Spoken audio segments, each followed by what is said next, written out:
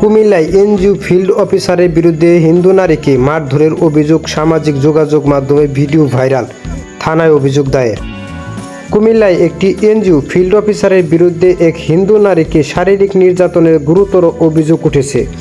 জানা গেছে, কোনো একটি বিষয় নিয়ে কথা কাটাকাটির জেরে ওই নারীকে মারধর করা হয়।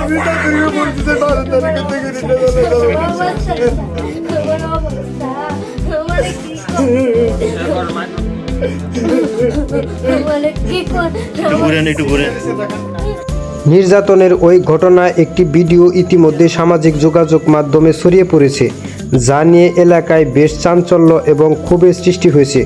ভুক্তভোগী পরিবারটি ওই অন্যায়ের বিচার চেয়ে ইতিমধ্যে স্থানীয় থানায় একটি লিখিত অভিযোগ দায়ের করেছে। স্থানীয়রা এই ঘটনার তীব্র নিন্দা জানিয়ে দোষী এনজিও কর্মকর্তা দ্রুত দৃষ্টান্তমূলক শাস্তির দাবি তুলেছেন।